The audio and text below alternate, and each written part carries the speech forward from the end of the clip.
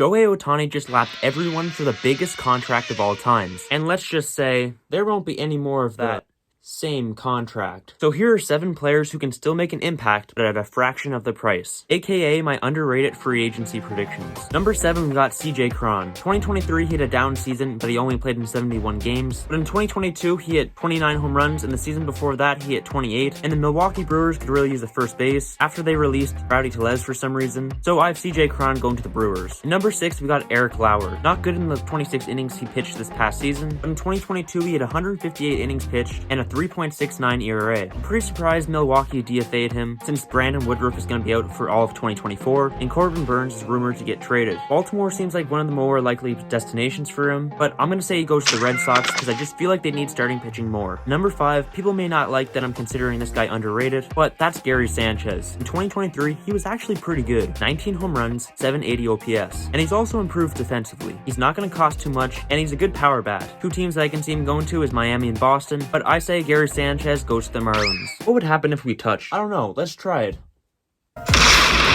At number 4, we got Mike Clevenger. He was pretty decent in 2023, 131 innings pitched, and a 3.77 ERA. The Angels have been rumored to get him a few times before, but they could use an ace, and I feel like he's just going to blend in with the rest of their guys on the rotation. With the Padres losing some pitchers, I say he goes back to San Diego, as they could use some starting pitching depth. Number 3, we got Jock Pederson. He had a down year in 2023, but in 2022 and 2023 combined, he had an 821 OPS. He's got a pretty high ceiling, and he's way better against right-handed pitchers. Some teams that could use an outfield/DH, Blue Jays, Guardians, Mariners, Padres, but I say Jock Pederson signs with the Guardians. It just kind of makes sense, and I really like this pick. At number 2, we got Frankie Montas. He barely pitched in 2023, but in the last 3 seasons combined, 3.65 ERA and 9.5 strikeouts per 9, so he's pretty good. There's a bunch of teams I could see being in on him: Giants, Twins, Padres, but I have him going to the Tampa Bay Rays. They just traded away Tyler Glasnow. Brewer Asmussen is supposed to miss half of 2024, and Shane McClanahan is supposed to miss all of 2024, so I think this could make sense. Before I get to number 1, I just want to say I put a lot of time into these videos, so if you like these videos, the best way to support me is just subscribing. At number 1, we got Trevor Bauer. He played in the NPB this past season, which is the league in Japan. In 130 innings, he was really good. With a 2.79 ERA, I could see him coming back to the MLB for sure, as he could be pretty good. The NPB isn't as good as the MLB, but it is better than AAA, so it's kind of in between. Giants, Reds, Rays, Angels are just a few teams that could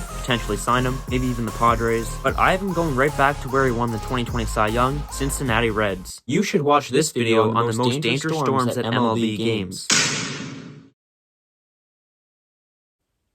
Okay, this is weird.